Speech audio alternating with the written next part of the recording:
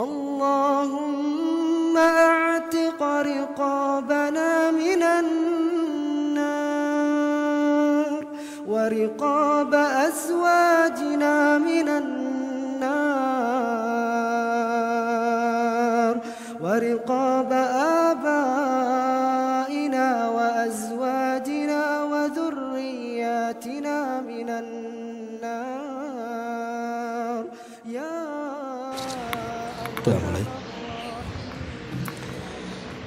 Bismillahirrahmanirrahim. Assalamualaikum warahmatullahi wabarakatuh. Alhamdulillah, wassalatu wassalamu ala rasulillah wa ala alihi wa sahbihi wa mawalah wa la hawla wa la quwata illa billahi wa ba'du. Alhamdulillah, segala puja dan puji hanya milik Allah subhanahu wa ta'ala. Salawat dan juga salam tetap kita hadiahkan kepada Rasul kita Nabi besar Muhammad sallallahu alaihi wa ala alihi wasallam. Kita lanjutkan kembali kajian kita, masih membahas kitab Bahjah Qulubil Abrar, dan kita masuk pada poin ke-55 halaman 189 tentang hukum-hukum pidana dalam Islam.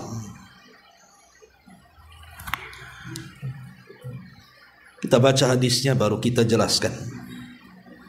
Perhatikan bukunya.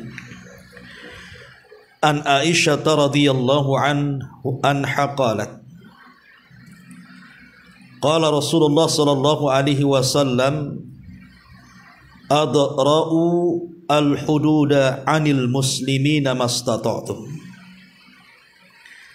fa in kana lahu makhrajun fa khallu sabilahu, fa innal imama yukhti fil afwi khairun min an yukhti'a fil 'uqubati. Rawahu Tirmidzi marfu'an wa mauqufan.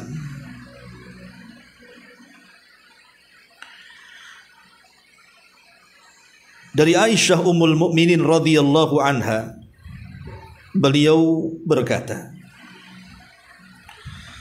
Rasulullah sallallahu alaihi wasallam bersabda, hindarilah hukuman pidana dari kaum muslimin semampu kalian. Jika ia mempunyai solusi lain, maka bebaskanlah ia. Karena sesungguhnya seseorang pemimpin atau hakim yang salah dalam memberikan hukuman ataupun dalam karena sesungguhnya pemimpin atau hakim yang salah dalam memberikan maaf kepada orang yang terpidana lebih baik dibandingkan dia salah dalam menjatuhkan hukuman. Hadis ini dinyatakan lemah oleh Syekh Albani, tetapi maknanya sahih. Ma'asyiral muslimat yang dimuliakan Allah subhanahu wa ta'ala, kita tahu bahwa Islam itu agama yang sangat sempurna. Sebagaimana Allah subhanahu wa ta'ala mengatakan, al-yawma akmaltu lakum dinakum wa atmamtu alaikum ni'mati wa raditu lakumul islam madina. Pada hari ini, kata Allah, kusempurnakan untuk kalian agama kalian, dan kusempurnakan nikmatku untuk kalian, dan kuredha Islam sebagai agama kalian. Islam adalah agama yang sempurna, sehingga Islam akan mengurus perkara-perkara yang kecil sampai kepada perkara-perkara yang besar, dari perkara yang remeh-temeh sampai kepada perkara yang spektakuler. Islam itu sudah mengaturnya.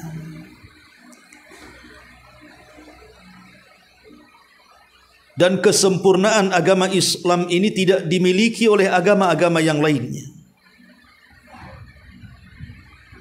Umpamanya kita lihat dalam Islam, sampai kepada urusan jamban, Islam itu sangat mengatur.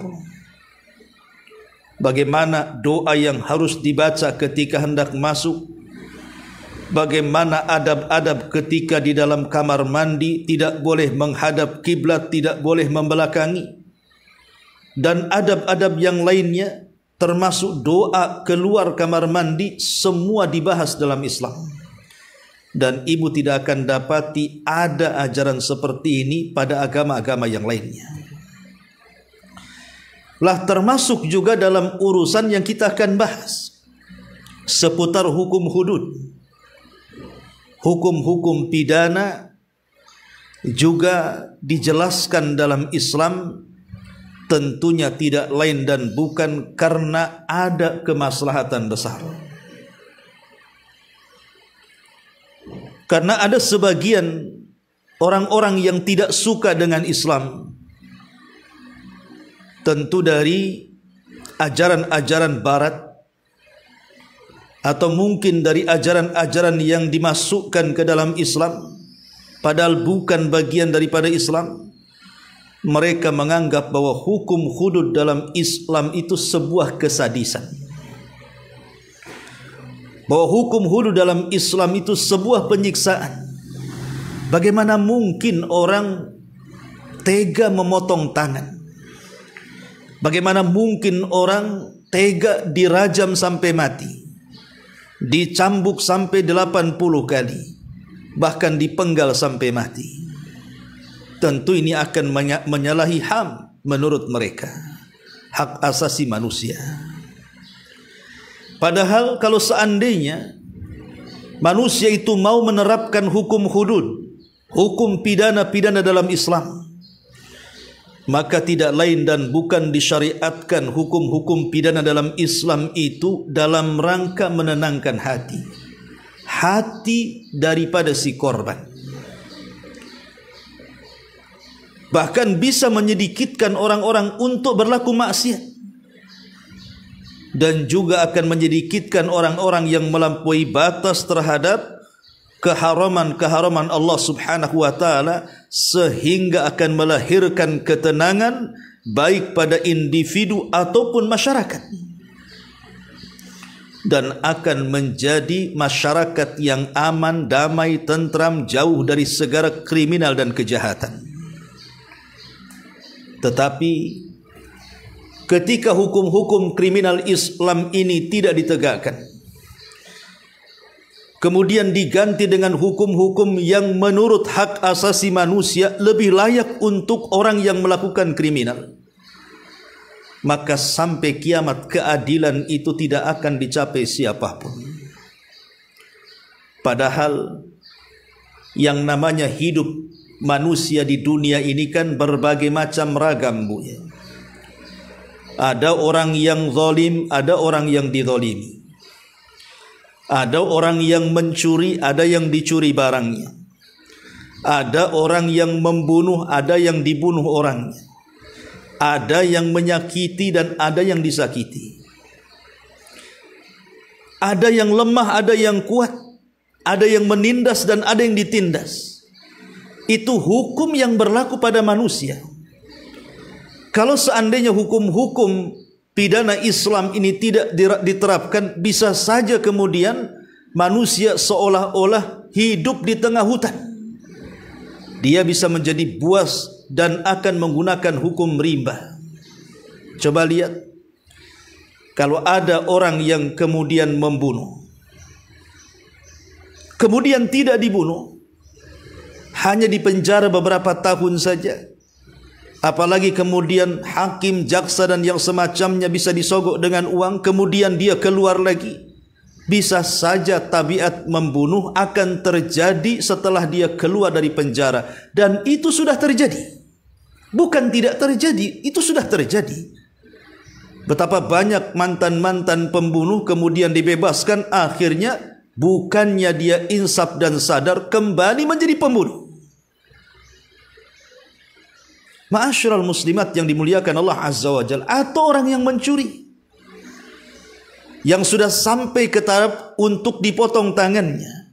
Kalau hanya mencuri kemudian ditangkap, kemudian dipenjara beberapa bulan atau tahun, bisa saja setelah keluar dari penjara menjadi pencuri lagi. Dan itu sudah fakta dan nyata di lapangan. Banyak para pencuri itu mantan pencuri.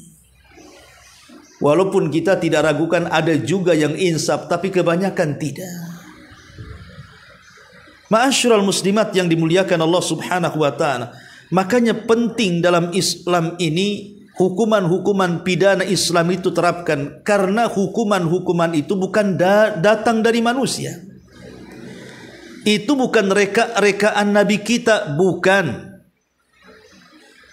Hukum pidana dalam Islam yang sudah diterapkan atau yang merupakan ketetapan itu datang langsung dari Rabbul Alamin, Allah yang menciptakan kita. Karena Allah yang menciptakan kita, Allah lebih tahu tentang maslahat kita. Allah lebih tahu kalau si fulan mencuri kemudian dipotong tangan, karena hikmahnya akan menjadikan dia insaf dari mencuri. Atau hukuman-hukuman yang lainnya. Dan ini bukan merupakan kesadisan. Islam bukan agama sadis. Islam bukan agama bengis, tidak. Islam itu rahmatan lil alamin, datang membawa rahmat. Dan rahmat ini membawa ketenangan dan keamanan. Salah satunya adalah menegakkan keadilan yang mencari pengadilan. Karena betapa banyak orang-orang yang kemudian menjadi korban. Datanglah dia ke kantor-kantor pengadilan, keluar justru dia mendapatkan kezaliman. Karena orang yang melakukan kriminal tidak dihukum seperti hukum Islam, yang membawa keadilan kepada siapapun. Ma'asyiral muslimat yang dimuliakan Allah Subhanahu wa taala, lah di antara hukum-hukum Islam atau hukum-hukum hudud yang memang harus diterapkan, di antaranya pertama, orang yang mencuri. Orang yang mencuri di dalam Al-Qur'anul Karim sudah jelas itu hukumannya. Apa itu? Potong tangan. Karena Allah Subhanahu wa taala yang mengatakan as-sariqu was-sariqatu faqta'u aydiyahuma. Pencuri laki-laki atau pencuri perempuan, potong tuh kedua tangannya.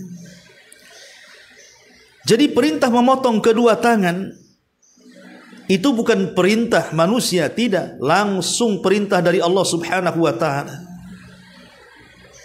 Kemudian yang kedua, di antara pidana Islam yang ada hukumannya, seseorang menjadi qutta'ut turuq atau qutta'at thariq, menjadi perampok yang sadis, yang biasa berkeliaran di jalan raya, di hutan-hutan, di padang pasir, di tempat-tempat terbuka. Dan itu sudah terjadi hari ini kan, Bu? Kemarin saya pernah diundang ceramah ke Medan. Kemudian yang mengundang itu cerita, Pak Ustadz, beberapa minggu kemarin terjadi pembacokan di jalan ini, lupa saya namanya. Makanya sekarang jalan itu dikasih penerangan. Dan sekarang kalau sudah lewat malam, orang tidak berani pakai sepeda motor katanya. Karena dikhawatirkan dihadang oleh geng-geng motor yang sadis, yang membawa pedang, golok, dan yang semacamnya. Dalam Islam disebut qutta' turuq namanya. Dan subhanallah, geng-geng motor yang sadis, yang tidak segan-segan terkadang menghilangkan nyawa targetnya, mencuri barangnya, itu seolah-olah tidak ada rahmat dalam hatinya kan. Kadang-kadang kita yang melihat tuh geram sekali. Padahal di dalam Islam, orang-orang yang seperti ini dengan tegas Allah Subhanahu wa taala mengatakan innama jazaa'ul ladzina yuharibuna Allah wa rasulahu wa yas'auna fil ardi fasadan an yuqattalu aw yusallabu aw tuqatta'a aydihim wa arjulahum min khilafin aw yunfaw minal ardi dzalika minal ardi dzalika lahum hizyun fid dunya wa lahum fil akhirati adzabun adzim. Balasan orang-orang yang memerangi Allah dan Rasul-Nya dan senantiasa membuat kerusakan di permukaan bumi, seperti merampok, seperti kemudian dengan sadis membacok, seperti tidak punya rahmat mengambil harta manusia, maka kata Allah Subhanahu wa taala hukumannya an yuqattalu, mereka boleh dibunuh, yusallabu, mereka boleh disalib, au tuqatta aydihim, boleh dipotong tangan mereka, wa arjulahum, kaki-kaki mereka dengan cara khilaf, bersilang, atau mungkin boleh diasingkan ke negeri yang jauh, dan itu balasan yang menghinakan di dunia, dan di akhirat ada azab yang menanti bagi mereka. Lihat Allah Subhanahu wa taala dengan tegas. Walaupun tentu yang menerapkan hukuman ini adalah pemerintah, bukan main hakim sendiri. Karena main hakim itu hukuman jalanan tidak dikenal dalam Islam. Tetap yang menerapkan hukuman ini adalah penguasa yang sedang berkuasa. Dan ini juga sebagai dampak kenapa kemudian banyaknya kutak turuk ini. Banyaknya kemudian anak-anak muda, bahkan tanggung-tanggung, kemudian mereka membuat geng-geng motor. Akhirnya kemudian menakut-nakuti para pejalan kaki, para pemotor, karena sudah tak jarang lagi, bahkan sudah banyak kalau boleh dikata korban-korban berjatuhan karena hilangnya hukum pidana Islam tidak diterapkan. Coba kalau seandainya hukum ini diterapkan, apa enggak menakutkan? Mungkin tidak akan berani lagi anak-anak tanggung itu melakukannya, kan? Tapi terkadang ditangkap, ditebus, ya gitu lagi jadinya, kan. Lah ini di antara hukum yang ada hadnya di dalam Islam, ya. Kemudian juga az-zina, orang yang melakukan zina. Orang yang melakukan zina di dalam Al-Quranul Karim sudah tegas hukumannya. Kalau seandainya dia sudah menikah, kemudian dia berzina, maka Allah mengatakan az-zaniyatu waz-zani fajlidu kulla wahidi minhuma mi'ata jaldah wala ta'khudhu bihima ra'fatu fid dinillah in kuntum tu'minuna billahi wal yaumil akhir. Kemudian kata Allah, dan pezinah perempuan dan pezinah laki-laki, maka deraklah mereka sebanyak 100 kali deraan, dan jangan memiliki rasa kasihan saat menderaknya di dalam agama Allah. Ini kalau seandainya orang yang berzinah itu belum menikah. Tapi kalau sudah menikah bukan hanya diderah, tetapi dirajam sampai mati. Kalau seandainya hukum rajam ini ditetapkan, kalau seandainya hukum pidana Islam berupa rajam ini betul-betul diterapkan, tentu yang namanya KDRT dalam keluarga, yang selalu kemudian membicarakan soal perselingkuhan suaminya, perselingkuhan istrinya, berzina dengan si fulan dan alan, tentu tidak terjadi. Ya, boleh jadi mungkin terjadi, tetapi mungkin membawa efek jera bagi yang lainnya. Nih, kalau saya sampai ketangkap, kemudian dihadirkan pas saksi, saya akan mati dirajam, dia mungkin akan mikir, ya. Tapi karena hukum pidana Islam ini tidak diterapkan, akhirnya yang namanya perselingkuhan ya biasa-biasa saja. Yang namanya perzinahan itu ya sudah oke-oke saja. Yang lebih parahnya terkadang tempat lokalisasi justru disediakan pemerintah dengan alasan ditertibkan, tapi tidak dimusnahkan. Karena aneh, Bu. Ya, harusnya kan ditiadakan, bukan ditertibkan. Karena bagaimanapun dalam hukum-hukum Islam atau pidana Islam ini, berzina ini berat konsekuensinya. Bahkan pengaruhnya juga sangat merusak bagi pribadi dan masyarakat. Tersebarnya penyakit, tersebarnya kemudian permusuhan, meningginya tingkat perceraian, dan begitu seterusnya. Belum lagi melahirkan anak-anak yang tidak punya bapa, akhirnya kemudian diarahkan kepada pendidikan yang tidak jelas, dan begitu seterusnya. Ya. Kemudian yang keempat, yang ada hukuman hadnya selain daripada zina adalah al-qadhfu.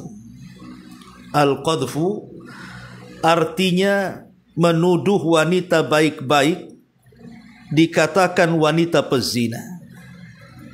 Menuduh wanita baik-baik dikatakan sebagai pezina. Ya. Dan ini bagian daripada dosa besar. Tidak boleh menuduh wanita baik-baik itu seorang pezina, supaya kehormatan seorang muslim dan muslimah itu terjaga dalam Islam. Karena terkadang kita ini mudah berburuk sangka kan Bu sama orang, adalah tetangga. Boleh jadi mungkin penampilannya tidak seronok, auratnya menyebar kemana-mana, keluarnya malam-malam habis isya, pulangnya pagi-pagi setelah zuhur, setelah subuh umpamanya kan. Langsung kita menuduh itu wanita malam, itu wanita remang-remang, pasti dia seorang wanita pezina. Padahal ibu tidak menyaksikan dia berzina, tidak punya saksi, hanya melihat penampilan kan. Ya, memang penampilan dia seperti wanita pezina, tapi kalau dituduh dia berzina secara ta'yin, langsung nunjuk hidung, itu tidak boleh. Karena menjaga kemuliaan seorang muslim walaupun dia bermaksiat jauh lebih baik dibandingkan memvonis. Ya. Itulah kenapa Islam itu didasari dengan husnudzon, berbaik sangka dengan orang. Karena kalau seandainya kemudian Islam tidak menegakkan hukuman hudud dalam pencemaran nama baik, perendahan kehormatan orang lain dengan cara di zaman di zaman Rasul pernah terjadi juga, maka dia sudah 80 kali. Kalau ini tidak diterapkan, maka selamanya tuduh menuduh dengan zina itu menjadi kebiasaan, dan ini akan menimbulkan permusuhan, keretakan, bahkan perselisihan di antara masyarakat. Itulah pentingnya ada hukuman hudud supaya tidak saling tuduh menuduh. Ini juga di antara hukum hudud yang memang ada hukumannya, pidana Islam yang ada hukumannya, termasuk syurbul khamri. Orang yang minum khamar di zaman Nabi SAW, orang yang minum khamar itu dicambuk 40 kali. Tetapi kemudian di zaman Umar ditingkatkan menjadi 80 kali. Ya. Karena yang namanya khamr ini adalah biangnya kerusakan. Rasul yang mengatakan ra'sul khaba'is, biang daripada segala kerusakan. Adanya perkelahian disebabkan mabuk. Adanya pelecehan disebabkan mabuk, adanya pembunuhan disebabkan mabuk, adanya KDRT dalam keluarga disebabkan mabuk. Mabuk ini menimbulkan berbagai macam maksiat dan kemungkaran. Makanya kenapa Islam datang itu juga salah satunya adalah untuk menjaga akal. Lah minuman keras ini merusak akal. Karena orang yang mabuk itu tertutup akalnya, sehingga dia mudah melakukan kejahatan dan kemungkaran. Makanya dalam Islam itu kemudian ada deranya biar kapok, dicambuk 80 kali supaya dia tidak minum arak lagi. Tetapi ketika ini tidak berlaku, bahkan sayangnya di masyarakat itu subhanallah, minuman-minuman keras sekarang ini laku di mana-mana jualan. Pemerintah tidak melarang asal ada izinnya. Dia tidak tahu bahwa minuman keras itu adalah sumber dari setiap kejahatan. Yang turunannya ke narkoba, yang turunannya kemudian ke tempat-tempat maksiat akhirnya di situ. Dari minuman keras adanya zina, dari minuman keras adanya pembunuhan dan kriminal serta kemungkaran. lah dengan adanya hukum hudud ini supaya walaupun tidak menghilangkan 100%, tetapi walaupun tidak menghilangkan 100%, tapi bisa mengurangi, supaya mengurangi juga kerusakan dan kemungkaran. Ya. Ma'asyiral muslimat yang dimuliakan Allah Azza wa Jalla. Kemudian juga yang ada hukumannya di antara kriminal dalam Islam itu adalah riddah, orang murtad. Karena Islam itu datang kemudian membawa penjagaan kepada agama dan keyakinan. Islam itu datang untuk menjaga agama dan keyakinan. Makanya orang-orang yang kemudian keluar dari Islam, memilih agama di luar daripada Islam, menurut hukum Islam itu, kata Nabi SAW, man baddala dina faqtul. Siapa yang mengganti agamanya, maka dia bisa dibunuh. Karena bisa merusak yang lainnya. Karena tidak ada agama yang lebih mulia, lebih sempurna dibandingkan Islam. Karena seluruh hajat yang dibutuhkan manusia ada jawabannya dalam Islam. Ma'asyiral muslimat yang dimuliakan Allah Subhanahu wa taala. Dan yang terakhir, al-baghi ala khilafifi. Orang yang melakukan baghi, kezaliman. Orang yang melakukan kezaliman walaupun ada khilaf. Tentu juga hukumannya dikembalikan kepada kebijakan pemerintah. Kebijakan pemerintah, karena hukuman itu, Bu, kalau kita bicara tentang kriminal dalam Islam atau hukum pidana dalam Islam, ya, maka kita tahu bahwa ada yang disebut dengan ta'zir. Sebut dengan ta'zir itu artinya hukuman yang ditentukan pemerintah. Quran tidak menentukannya, sunnah tidak menentukannya, tapi pemerintah yang menentukannya. Jadi pemerintah yang menentukannya, bahwa si fulan layak dihukum membayar denda sekian, si fulan dapat dihukum dengan masuk penjara sekian hari, sekian minggu, sekian bulan, sekian tahun. Si fulan harus begini dan begitu hukumannya. Itu ta'zir, itu yang menentukan pemerintah. Dia yang nanti yang akan membuat undang-undang. Seperti yang ma'ruf di negeri kita. Oh, kalau seandainya orang ini korupsi, ya, maunya si pemerintah itu membuat dia miskin, dirampas hartanya dan begitu seterusnya. Nah, itu hukuman yang dibuat pemerintah namanya. Ya. Tetapi hukuman hudud ini berbeda. Hukuman hudud ini berbeda dengan hukuman ta'zir. Ya. Karena hukuman hudud itu bukan rekayasa manusia. Bukan Nabi yang buat. Bukan sahabat yang kemudian rapat akhirnya mengeluarkan bulir-bulir tentang hukuman-hukuman pidana dalam Islam. Tidak. Hukuman itu sudah ada di dalam Al-Quran, turun langsung dari langit. Allah yang menentukannya, bahwa yang zina ini hukumannya, yang mencuri itu hukumannya, yang menjadi perampok juga begini hukumannya, yang menuduh orang berzina itulah hukumannya. Jadi yang menentukan hukuman, kalau hukum hudud yang bicara soal pidana Islam itu langsung datang dari Allah. Ya. Lalu apa bedanya hukum ta'zir dengan hukum hudud pidana Islam ini?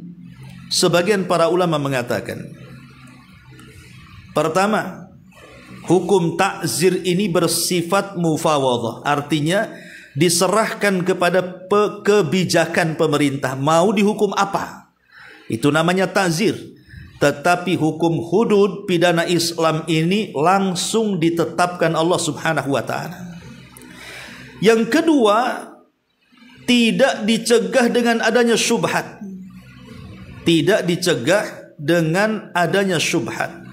Seperti hadis yang kita bahas di sini. Ya. Jadi meskipun masih ada syubhat dalam tindakan hukum ta'zir, maka hukum ta'zir tetap dijalankan.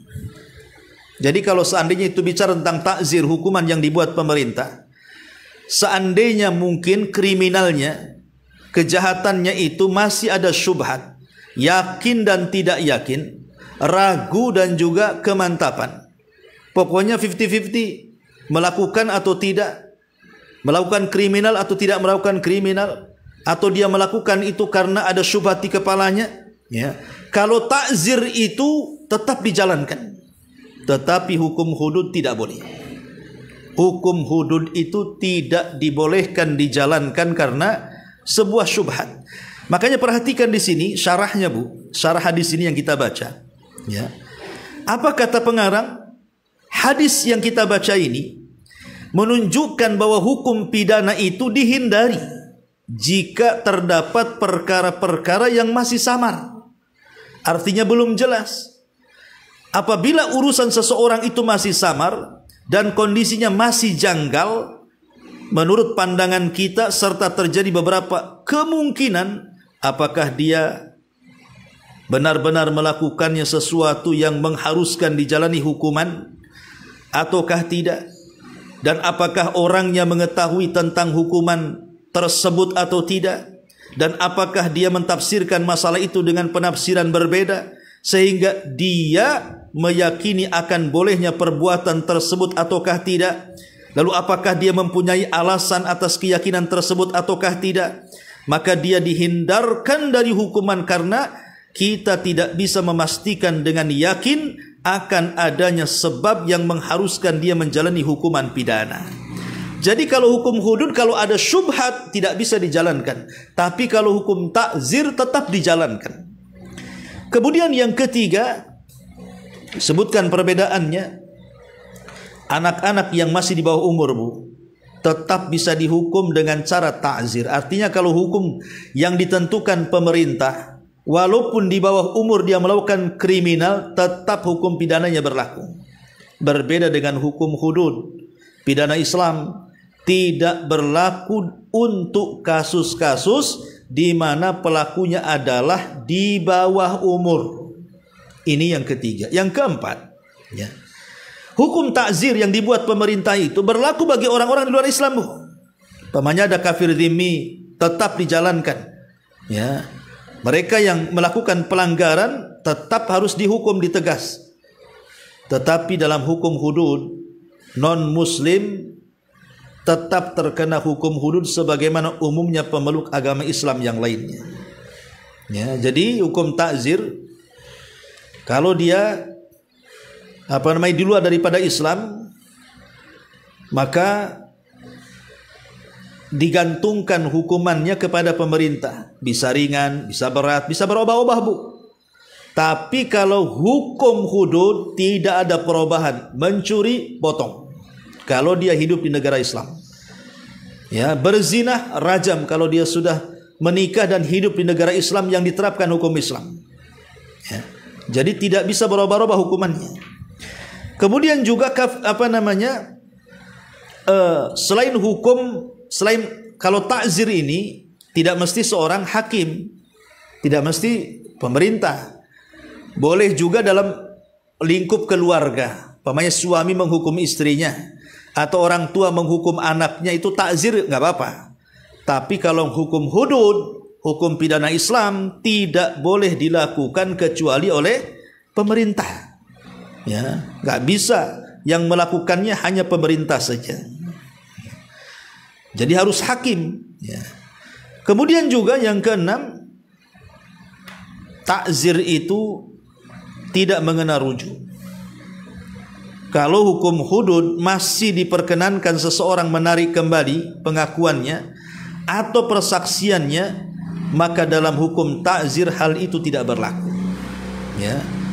Kemudian juga yang 7, tidak mencegah dengan syubhat tadi. Dan yang ke-8, berlaku syafaat. Bagi ta'zir boleh kita meminta syafaat, artinya minta supaya diringankan hukumannya, tidak ditegakkan hukumannya. Tapi dalam hukum hudud pidana Islam tidak ada syafaat. Tidak boleh ada lobby-lobby. Kalau sudah mencuri, potong tangannya, mau anak siapa saja. Karena di zaman Rasul ada tuh yang lobby-lobby itu, Bu. Di mana ada wanita, anak dari pejabat, tiba-tiba mencuri, kata Rasul, potong tangannya. Maka masyarakatnya kemudian merasa kasihan, akhirnya melobi Usama ibn Zaid untuk melobikan Rasul supaya terbebas dari hukuman potong tangan. Tapi Rasul marah dan mengatakan, hancurnya umat sebelum kalian, kata Rasul, karena kalau si miskin mencuri, kalian tikam hukum ke bawah dengan tajam. Tapi kalau seandainya yang mencuri itu orang kaya, orang berpangkat, orang berjabat, maka hukum pun tumpul ke atas dan tidak dilaksanakan. Maka Rasul mengatakan, seandainya Fatimah putriku mencuri, ku potong dia tangannya. Artinya bahwa hukum hudud kalau sudah sampai di hakim, di tangan pengadilan, maka tidak ada syafaat, lobi-lobi sudah tidak ada lagi. Tapi kalau ta'zir masih bisa, ya. Dan banyak perbedaan yang dijelaskan oleh para ulama tentang hukum ta'zir dan juga pidana dalam Islam. Tapi yang jelas bahwa kalau manusia itu mau menerapkan hukum Islam sesuai dengan ketentuan Al-Quran dan Sunnah Nabi SAW, maka itu yang paling efektif untuk meredakan kejahatan. Selama hukum Islam itu ditinggalkan, maka selama itu juga kejahatan dan kemungkaran akan semakin menyebar. Karena efek jera di luar daripada hukum-hukum yang diterapkan selain daripada hukum Islam itu kurang mengefek. Akhirnya seperti tadi di mukadimah saya jelaskan, pencuri ditangkap masuk penjara, keluar lagi nyuri lagi. Pembunuh masuk penjara kemudian dilepaskan membunuh lagi. Dan begitu seterusnya. Tidak ada efek jera sama sekali. Ya. Ma'asyiral muslimat yang dimuliakan Allah Subhanahu wa taala. Makanya ketika Allah Subhanahu wa taala menjelaskan tentang hukum qisas, di balik qisas itu ada kehidupan bagi manusia. Ada kebahagiaan dan ketenangan bagi manusia. Ya, ma'asyiral muslimat yang dimuliakan Allah Azza wa Jalla. Nah, kemudian di sini kita lihat syarahnya lagi. Apa kata buku di sini? Jika perkaranya masih diragukan di antara dua kemungkinan, maka kesalahan dalam membahas hukum terhadap sangkaan itu lebih ringan daripada kesalahan dalam memberikan hukuman kepada orang yang nyata tidak melakukan sebab diberlakukannya hukuman tersebut. Seolah-olah kalau memang masih samar, ada tuduhan orang itu berzina, ada tuduhan orang itu mencuri, hanya tuduhan, rupanya tidak mendatangkan saksi, ya. Atau mungkin saksinya dibuat-buat dan nampak masih ragu-ragu kasusnya, maka kalau seandainya dia salah dalam memaafkan untuk tidak ditegakkan hukuman pidana Islam, itu jauh lebih baik dibandingkan kemudian diterapkan hukuman rupanya dia tidak bersalah, ya. Diterapkan dulu hukumannya, setelah kemudian adanya penyelidikan rupanya tidak bersalah, maka memaafkan dalam kesalahan jauh lebih baik dibandingkan menjatuhkan hukuman yang jelas apakah dia punya salah ataupun tidak. Itulah sifat insaf dalam Islam, supaya tidak mudah meneteskan darah, tidak mudah kemudian menyobek kehormatan, dan begitu seterusnya, ya. Dan pada asalnya darah tubuh dan harta seseorang yang dalam Islam itu dilindungi, haram, tidak boleh diganggu sampai kita benar-benar bisa memastikan adanya sesuatu yang membolehkan hal tersebut. Para ulama telah menyebutkan sekian banyak contoh terkait dengan prinsip dasar dalam pembahasan-pembahasan mereka seputar hukum pidana. Mayoritas contoh tersebut sesuai dengan makna hadis ini. Namun ada beberapa contoh yang masih perlu diteliti kembali, karena kemungkinan yang semisal dengan salah sangka dan sebatas menerka-nerka itu tidak teranggap. Sedangkan tolak ukur dalam masalah ini adalah konteks hadis ini. Maka jika kalian mendapatkan uzur baginya, atau jika ia mendapatkan solusi lain, maka bebaskan ia. Jadi kalau seandainya sudah ada alasan, rupanya orang yang ditangkap, yang kita anggap awalnya tertuduh, rupanya dia bisa membuktikan bahwa dia tidak bersalah, ya, dan masuk akal gitu ya, maka bebaskan. Membebaskan itu jauh lebih baik dibandingkan memberikan hukuman.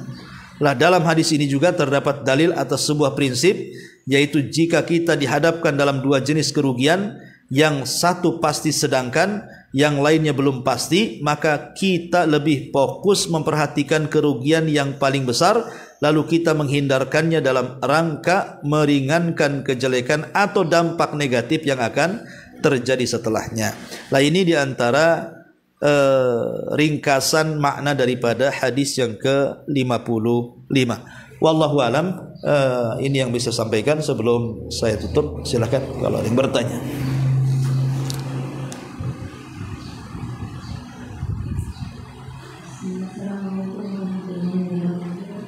Waalaikumsalam. Izin bertanya, Ustaz. Iya. Ada suami istri yang sudah berpisah, tetapi mereka punya anak, tetapi mereka masih sering tidur di dalam satu rumah. Tapi ada ibunya si laki-laki ada, Ustaz. Dan waktu ditanya apakah sudah menikah lagi, katanya sudah menikah sendiri dan saksinya orang yang ini juga. Apa bisa itu, Ustaz?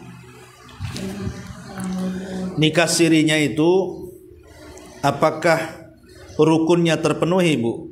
Saksinya ada, walinya ada, gimana? Saksinya orang buta tidak bisa melihat. Berapa orang? Kalau ditanya sama ibunya, cuma satu orang itu dari sini, ibunya pun tidak tahu sudah. Yang menikahkan walinya? Oh, kalau nggak jelas tuh ya nggak jelas juga, berarti itu harus. Karena ditanya suratnya juga katanya sama istrinya nggak tertunjukkan gitu. Bukan. Nikah siri itu ada dua macam. Pertama, memang sebelumnya belum nikah, baik gadis ataupun perjaka, baik janda ataupun duda, ya. Akhirnya menikah dengan cara siri. Istilah siri di negeri kita itu maksudnya tanpa ada catatan di KUA, tetapi sah secara agama karena jelas walinya, wali nikahnya jelas, kemudian dua saksinya jelas, ya kan, laki-laki dua orang, ya. Kemudian juga ada walimah dan mahar sebagai pelengkapnya, sah secara agama walaupun belum sah secara catatan sipil, ya. Atau mungkin dia sudah menikah karena sebuah percekcokan akhirnya kemudian pisah. Kalau masih di masa iddahnya maka rujuk saja.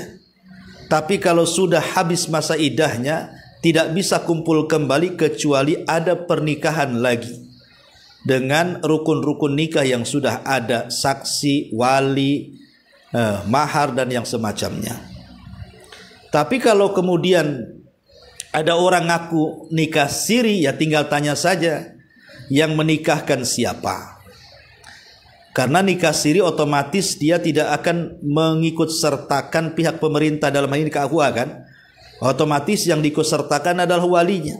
Entah dia bapaknya, entah dia pamannya, entah dia saudaranya, entah dia anaknya sudah balik kan gitu. Ya. Kemudian saksinya pun harus ada dua. Kalau bisa dari pihak mempelai laki-laki dan juga pihak perempuan, dan siap suatu waktu dipanggil kalau memang dia saksinya, ya. Dan kalau bisa namanya menyaksikan kan jangan cari orang yang cacat fisik, ya kalau bisa itu supaya memang dia melihat. Ya, kalau orang buta kan tidak bisa melihat, hanya bisa mendengar saja, ya.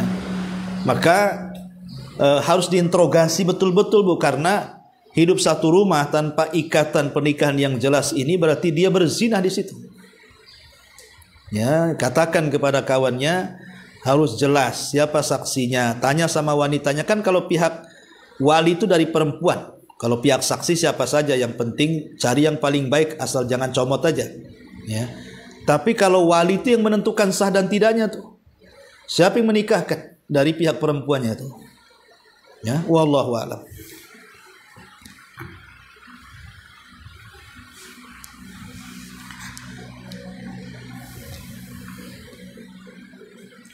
Di sini ada pertanyaan, rujuk menikah siri apakah nikah lagi, Ustadz? Kalau talaknya sebelum habis masa iddahnya, sebelum 3 kali bersih dari haid, pamannya baru haid 2 kali atau baru bersih haid dari 2 kali, ya tinggal rujuk saja. Rujuk tidak perlu nikah lagi karena di masa iddah namanya. Tapi kalau sudah keluar iddahnya, ya berarti sudah tidak bisa dilanjutkan. Berarti harus menikah lagi sesuai dengan rukun nikah yang awal. Itu pun kalau talaknya baru 2 kali. Kalau sudah talak 3 kali, maka tidak bisa rujuk selamanya. Sampai si wanita itu menikah lagi dengan orang lain, kemudian diceraikan, baru boleh nikah lagi dengan suami yang pertama. Wallahu alam. Ya, itu saja yang bisa sampaikan.